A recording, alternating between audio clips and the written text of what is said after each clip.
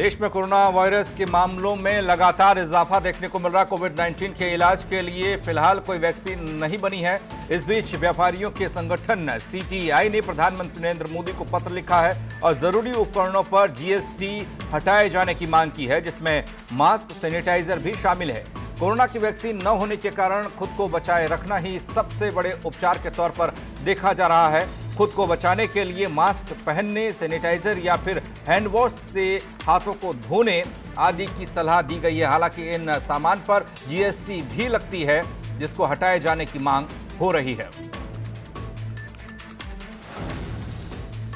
केंद्रीय स्वास्थ्य मंत्रालय ने बताया कि पिछले 24 घंटों में देश में कोरोना के 1229 नए मामले सामने आए हैं और 34 लोगों की मौत हुई है। देश भर में कोरोना संक्रमित लोगों की संख्या अब तक 21,700 हुई है। वहीं 16,689 लोगों को इलाज के लिए अस्पताल में डिस्चार्ज किया गया, इनका इलाज हुआ है। देश में कोरोना से 686 लोगों की मौत हुई है अब तक। देश में कोरोना संकट की वजह से अर्थव्यवस्था पर भी बड़ा असर पड़ रहा है। इस बीच गुरुवार को भारत सरकार ने बड़ा फैसला लिया है। फैसले के मुताबिक केंद्र कर्मचारियों को मिलने वाले डीए यानी महंगाई भत्ते की बढ़ी हुई इंस्टॉलमेंट पर रोक लगाई गई है। महंगाई भत्ते की बढ़ोतरी पर लगी ये रोक 1 जुलाई 2021 तक जारी रहेगी। वित्त मंत्रालय की ओर से जारी किए गए आदेश के अनुसार 1 जनवरी 2020 से जो केंद्रीय कर्मचारियों और पेंशनधारकों को डीए की इंस्टॉलमेंट मिलने वाली थी, उस पर रोक लगी है।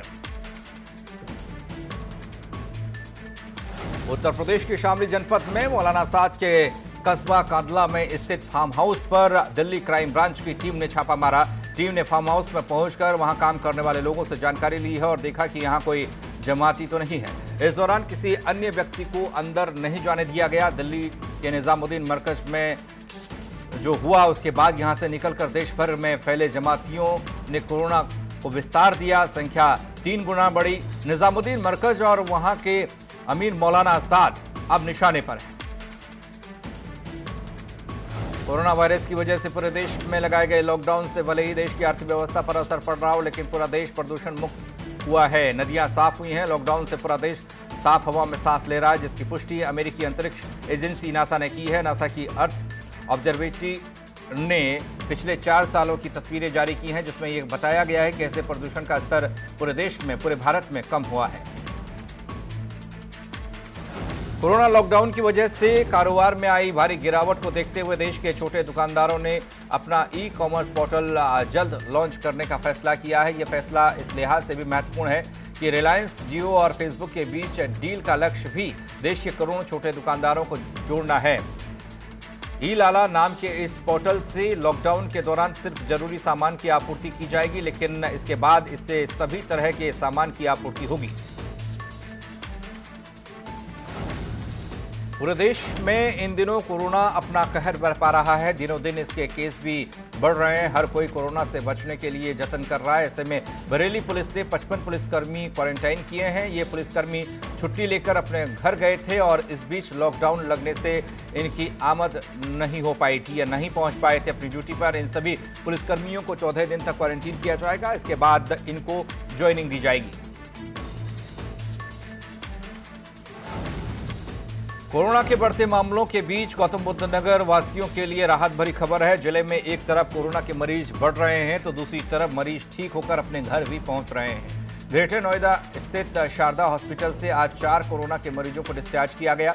अस्पताल से डिस्चार्ज करते वक्त सभी को फूलों की माला पहनाई गई, साथ ही तालियों के साथ जोरदार उनका स्वागत किया गया। विदाई उनकी की गई। कोरोना से जंग जीत चुके इन लोगों को विदाई दी गई। सभी लोगों को अभी 14 दिनों के लिए होम क्वारंटाइन में रहना होगा। 2 दिनों बाद ही रमजान का पाक महीना शुरू होने वाला है। इसी को लेकर एसएसपी बुलंदशहर ने लोगों से अपील की है कि वो घरों में ही रहकर इबादत करें। वहीं मर्दान मस्जिद के पेश इमाम ने भी कहा है कि लोग घरों में रहें। इस वक्त हर जरूरतमंद की मदद करें। लॉकडाउन का पालन करते हुए इस संकट की घड़ी में प्रशासन का साथ दें। जालौन के मुख्यालय उरई में शहर काजियों और पेश इमामों ने कोरोना के बीच शुरू होने वाले रमजान को लेकर तैयारियां शुरू की हैं। शहर की सभी मस्जिदों में लगे लाउडस्पीकरों के अलावा मस्जिदों के आसपास भी लाउडस्पीकर लगाए गए हैं। इनमें पेश इमाम लोगों से अपील करेंगे कि सभी लोग इस पाक महीने में घर में रहकर अल्लाह की इबादत करें। तमाम मस्जिद के पेश इमाम ने बताया कि रमजान में मस्जिदों में केवल पेश इमाम और शहर काजी ही नमाज पढ़ेंगे। लॉकडाउन के बीच योगी सरकार ने प्रदेश में मुस्लिमों को तोहफा दिया है। अब लॉकडाउन की वजह से किसी भी रोजेदार को परेशान होने की जरूरत नहीं है। अब सरकार घर बैठे रोजेदारों को जरूरत का सामान मुहैया कराएगी। यहां अंबेडकर नगर में भी डोर टू डोर आवश्यक सामान की डिलीवरी होगी। इसकी वजह से रोजेदारों को कोई भी तकलीफ नहीं होने वाली। लखनऊ के हजरतगंज चौराहे पर बिना पास के घूमती मिली एक युवती, और जब महिला सिपाहियों ने रोका तो उन्हें अपराधी बताने लगी। हजरतगंज में बिना आईडी बिना मास्क की लड़की ऑटो ढूंढने में दिखाई दी। जब महिला पुलिस ने रोका तो उन्हीं से उलझ पड़ी। पुलिस का कहना है कि ये लड़की ACPN रोड की रहने वाली है, मानसिक रूप से विक्षिप्त है, इसलिए पुलिस ने इसके साथ सहानुभूति दिखाई है, उसे घर जाने दिया है। कोरोना महामारी को देखते हुए कुछ बैंक घर घर जाकर बुजुर्ग बीमार लोगों को सेवाएं प्रदान कर रहे हैं।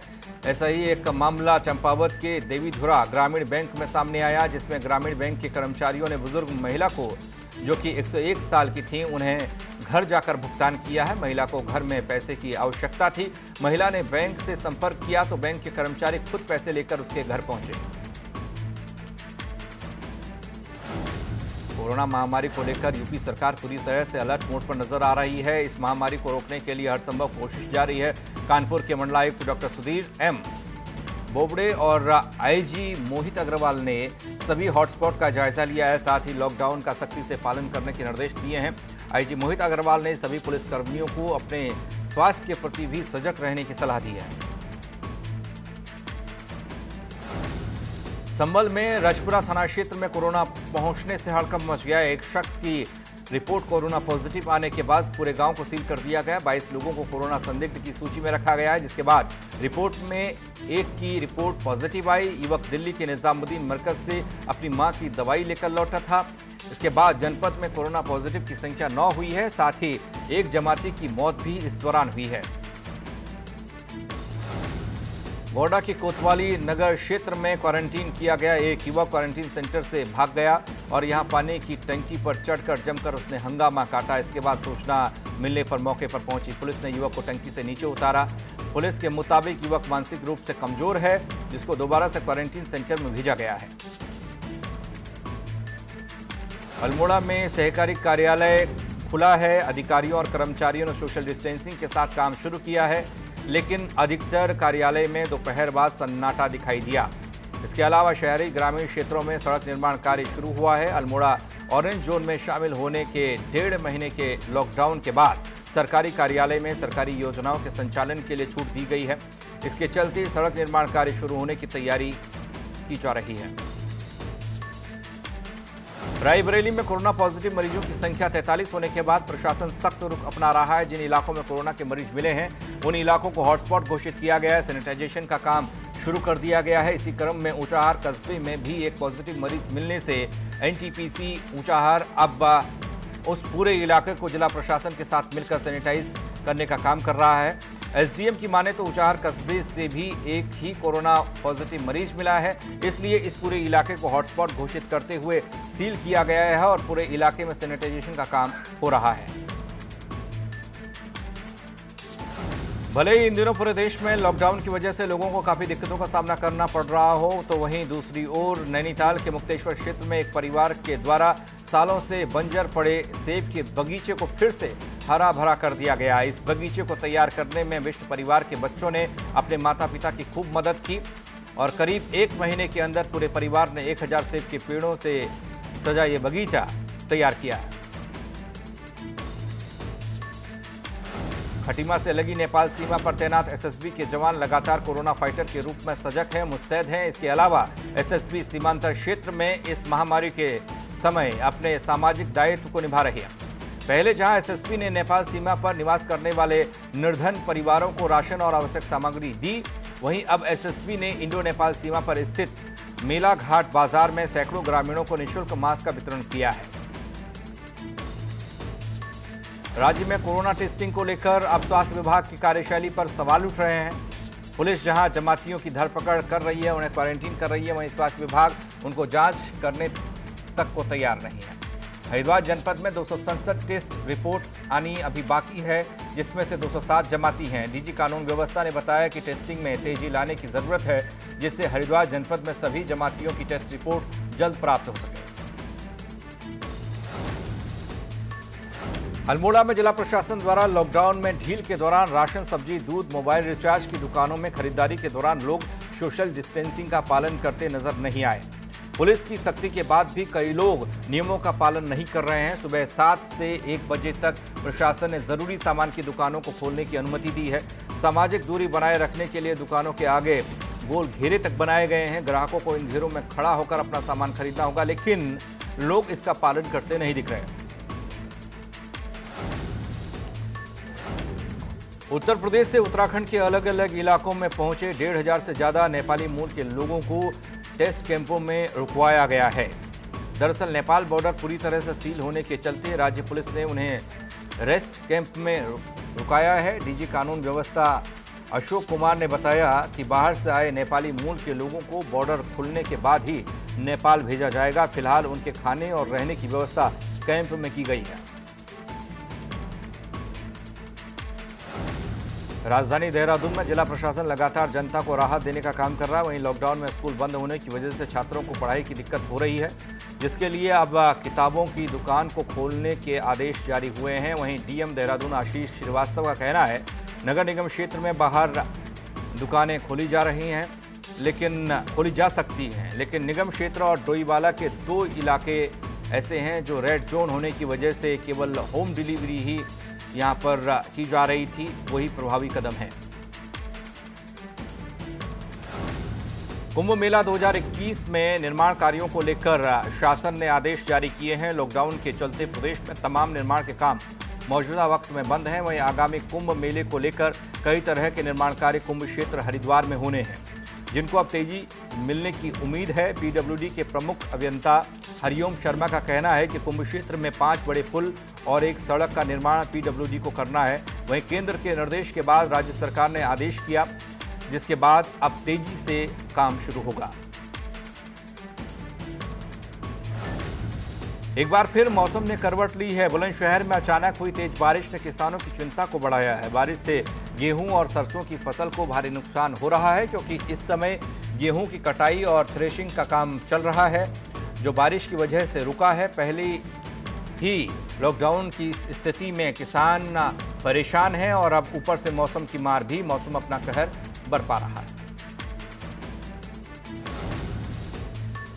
बद्रीनाथ धाम के कपाट खुलने की तारीख को आगे बढ़ाने के मामले में जहां राजनीति हो रही है, वहीं बद्रीनाथ धाम से जुड़े तीर्थ पुरोहित साफ करते हैं कि तिथि आगे बढ़ाकर टिहरी राज परिवार ने कोई गलती नहीं की। बद्रीनाथ धाम के तीर्थ पुरोहित धीरज पंचभैया के अनुसार बसंत पंचमी के दिन जब बद्रीनाथ धाम के कपाट खोलने की तारीख निकाली जाती है, तो उसी दिन 3 और तारीखों को निकाला जाता है। उनमें से 15 मई भी एक तारीख है। उनके अनुसार ये तारीख अभी नहीं निकाली गई है, बसंत पंचमी के दिन ही निकाल दी गई थी। ऐसे में कोई भी भ्रम की स्थिति पैदा न हो, धर्मशास्त्र के अनुसार ये सब काम हुआ है। सरकार भी कानून का एक तरह से पालन कर रही है।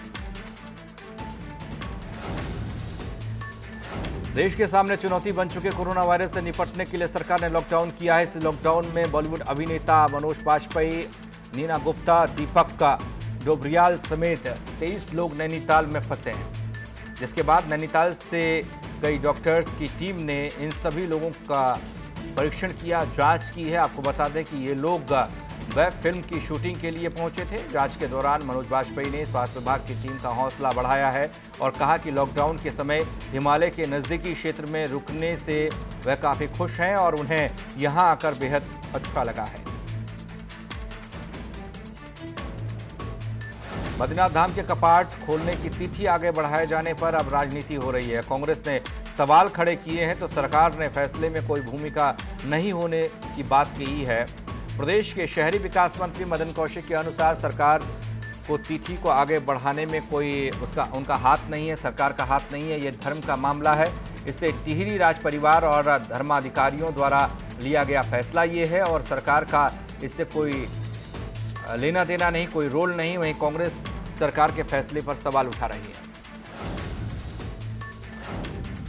एक तरफ जहां कोरोना वायरस महामारी जैसे संकट की घड़ी में पुलिस विभाग के कर्मचारी और अधिकारी दिन रात लोगों की सेवा कर रहे हैं, तो वहीं पुलिस के 2 सिपाहियों ने अपने फर्ज के आगे अपनी तय की हुई शादी को कुर्बान कर दिया। उन्होंने निकाह से पहले जिम्मेदारी और देश सेवा को अपना पहला कर्तव्य मानते हुए यह फैसला लिया है। इन देशभक्त सिपाही द्वारा लिए गए फैसले की जमकर सराहना हो रही है। दोनों जवान हेमगिरी उत्तराखंड पुलिस में काशीपुर कोतवाली में तैनात हैं। वहीं एएसपी राजेश भट्ट ने दोनों के जज्बे की तारीफ की और विभाग के सभी पुलिसकर्मियों से कोरोना वायरस से बचने और दूसरे को बचाने की अपील की है। कोरोना संक्रमण के चलते लॉकडाउन होने से पर्वतीय जिलों के सीमांत गांव की हालत बहुत ज्यादा ठीक नहीं है। बागेश्वर के कपकोट और पिथौरागढ़ जिले के मुंशारी समेत कई गांवों में परेशान ग्रामीणों की मदद के लिए रिटायर्ड अफसर आगे आए हैं। अलग अलग पदों से रिटायर्ड हो चुके ये अफसर इन लोगों को जैसे ही ये जानकारी मिली कि इनके गांव समेत कई गांव ऐसे हैं जहां खाद्यान्न और कई और चीज़ों का अभाव है, संकट है, वैसे ही सब लोग एकजुट हुए और परेशान ग्रामीणों की मदद के लिए देवदूत बनकर सामने आ खड़े हुए। करीब 2000 से ज़्यादा परिवारों के लिए सैनिटाइजर, मास्क, पानी समेत खाद्यान्न सामग्री के साथ करीब पूरी टीम प्रभावित इलाकों के लिए रवाना हो गई।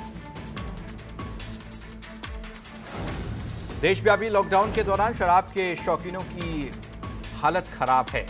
लॉकडाउन के दौरान सभी शराब, बियर और भांग की दुकानों को बंद करने के निर्देश दिए गए हैं। लॉकडाउन के कारण शराब की दुकानों के बंद होने पर अल्कोहल युक्त दवाओं की बिक्री बढ़ी है, जिसको लेकर सभी जिलों के जिलाधिकारियों को सतर्क रहने के निर्देश दिए गए हैं। वाराणसी में सभी शराब की दुकानों पर बचे हुए स्टॉक की जानकारी लेकर सील कर दिए गए। ये सभी दुकानें अगले आदेश तक सील रहेंगी।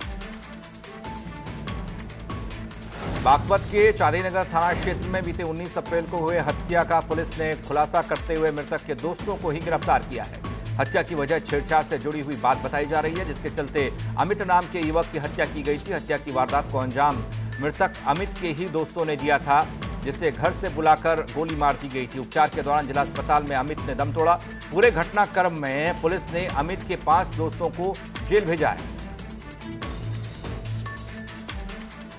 कोरोना वायरस को लेकर जहां जनपद बिजनौर के प्रशासनिक अधिकारी और पुलिस के आला अधिकारी सहित सभी पुलिसकर्मी दिन रात आपात सेवा में लगे हुए हैं, तो वहीं पुलिसकर्मियों द्वारा लगातार गरीबों और असहाय लोगों को मदद करते हुए भी देखा जा रहा है।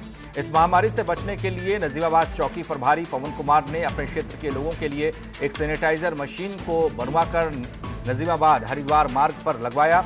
इस मशीन के द्वारा जहां इमरजेंसी सेवा में लगे सभी पुलिसकर्मियों को सैनिटाइज किया जाएगा, तो वहीं इस मशीन के द्वारा आम लोगों को भी कोरोना से बचाने के लिए सैनिटाइज किया जाएगा।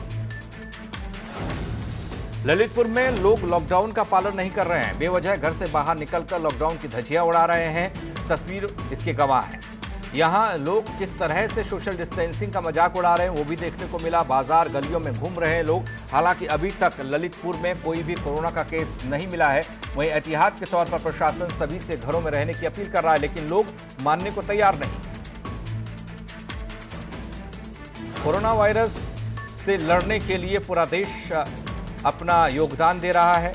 ऐसे में प्रधानमंत्री के संसदीय क्षेत्र में नारी शक्ति ने लॉकडाउन के अनुपालन के लिए अपने मोहल्ले में चित्रकारी कर लक्ष्मण रेखा का निर्माण किया, जिसकी सराहना पूरे शहर में हो रही है। वाराणसी के सिगरा थाना अंतर्गत अशोकनगर कॉलोनी में लॉकडाउन का पालन करवाने का बीड़ा यहां लड़कियों ने उठाया है।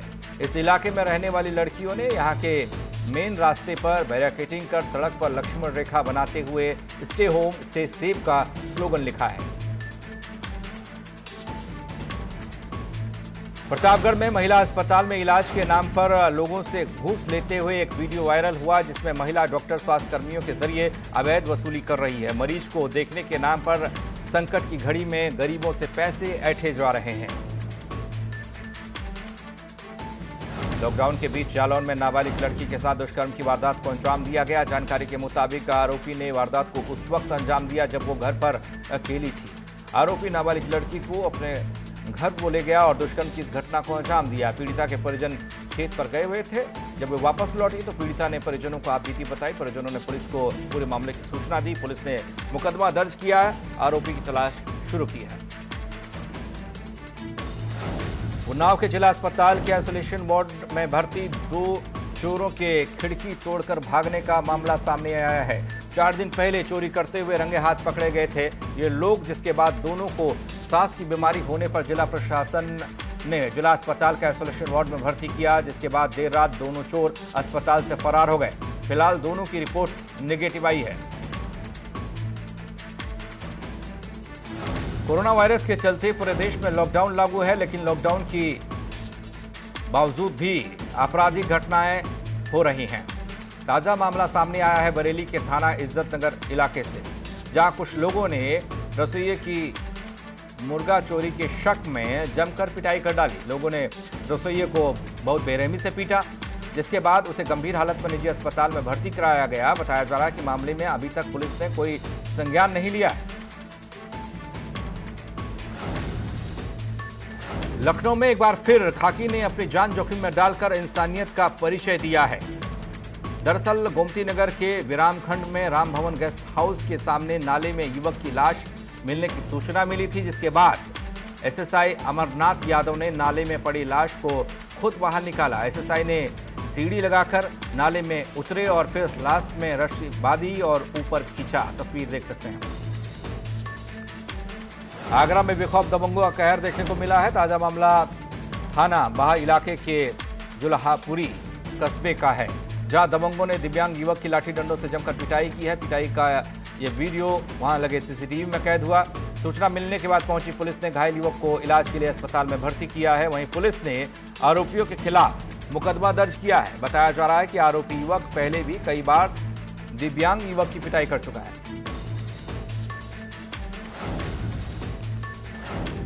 काशीपुर में वाहवाही लूटना 3 युवकों को उस वक्त भारी पड़ गया जब युवकों ने बंद कमरे में बैठे युवक युवती की जबरन वीडियो बनाने की कोशिश की। इतना ही नहीं, युवकों ने लड़की के साथ छेड़छाड़ भी की। घटना की सूचना मिलते ही पुलिस मौके पर पहुंची। पुलिस ने तीनों युवकों को गिरफ्तार किया। जानकारी के मुताबिक एक युवती अपने दोस्त से मिलने के लिए उसके घर आई थी।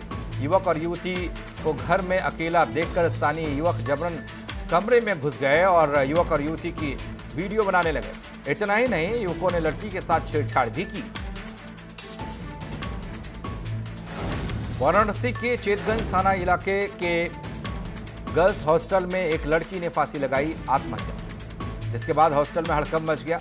हॉस्टल के लोगों ने कमरा बंद होने पर पुलिस को सूचना दी। सूचना पर पहुंची पुलिस ने दरवाजा तोड़ा और छात्रा के शव को पंखे से नीचे उतरवाया, पोस्टमार्टम के लिए भेजा है। बताया जा रहा है कि मृतका बिहार की रहने वाली है, जो आर्य महिला डिग्री कॉलेज में बीए सोशल साइंस के पहले साल की छात्रा है। लॉकडाउन की वजह से हॉस्टल में ही फंस गई। कानपुर के घाटमपुर कोतवाली के गुरेयन गांव में भतीजे ने अपनी चाची की आरी से गला रेतकर निर्मम हत्या कर दी। हत्या के बाद गांव में हड़कंप मच गया, तो वहीं भतीजा चाची की हत्या करके मौके से फरार हो गया।